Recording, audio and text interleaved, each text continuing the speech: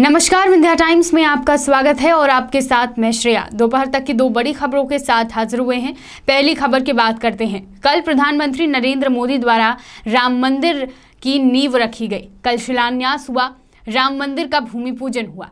इसके बाद से प्रदेश में रामराज को लाने के दावे किए जा रहे हैं और इस दावे के बीच बीजेपी और कांग्रेस दोनों ही आमने सामने आ गई है और दोनों ही पार्टियां प्रदेश में रामराज लाने की बात कह रही हैं।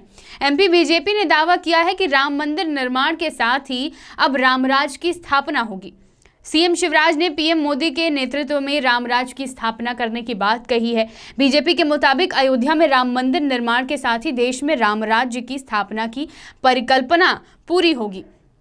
उन्होंने कहा कि पीएम मोदी के 6 साल के कार्यकाल में देश की एकता, अखंडता, भाईचारे, सांप्रदायिक सौहार्द को लेकर जो फैसले हुए हैं उससे हर वर्ग को फायदा पहुंचेगा। इसके अलावा बीजेपी का यह भी कहना है कि सिर्फ सामाजिक या सांस्कृतिक या राजनीतिक मूल्यों पर नहीं बल्कि गुड गवर्नेंस के जरिए भी राजनीतिक राम राज्य की स्थापना होगी। अब बीजेपी ने जब ऐसा दावा किया तब कांग्रेस की तरफ से भी इसका जवाब आया और कांग्रेस ने भी दावा किया। कांग्रेस प्रवक्ता अभय दुबे ने कहा कि बीजेपी सरकार के कार्यकाल में हुए आपराधिक मामले, बिगड़ी अर्थव्यवस्था और सांप्रदायिक सौहार्द पर लगे दाग हैं। दाग बताते हैं कि रामराज की स्थापना सिर्फ कांग्रेस कर सकती है। कांग्रेस की प्रदेश की सत्ता में वापसी पर रामराज की स्थापना होगी। जब कमलनाथ मुख्यमंत्री की गद्दी पर होंगे, जब प्रदेश की सत्ता कमलनाथ के हाथ में होगी, तब प्रदेश में रामराज कायम हो पाएगा। ये कहना था कांग्रेस प्रवक्ता अभय दुबे का। इसके बाद दोनों ही आमने सामने है पार्टियां, बीजेपी और कांग्रेस। देखना होगा आगे आने वाले समय में ही हमें पता चल पाएगा कि कौन सी पार्टी प्रदेश में रामराज लाने में कायम हो पाती है, बीजेपी या कांग्रेस। फिलहाल राम मंदिर भूमि पूजन के बाद पूरे प्रदेश में उत्साह उल्लास का माहौल है। दोपहर की पहली बड़ी खबर। दूसरी खबर की बात करते हैं।